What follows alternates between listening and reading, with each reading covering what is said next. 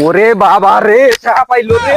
আরে মিয়া আমরা বাসি বুসি লয়ে বলছেন বিনটি লয়া, ওনেতে আমি গাছ উঠাতে পারি না, সাপ এমন বড় সাপ। আইন মিয়া, লন লন লন, ওনে অনেক বড় সাপ। আচ্ছা ভাই, এই দেন ভাই, সাপটা কিন্তু এই জায়গায় লুকানো আছে। তো আপনারা সাপটা ধরেন, আমি যায়া একটু পানি খেয়ে আই, ঠিক আছে?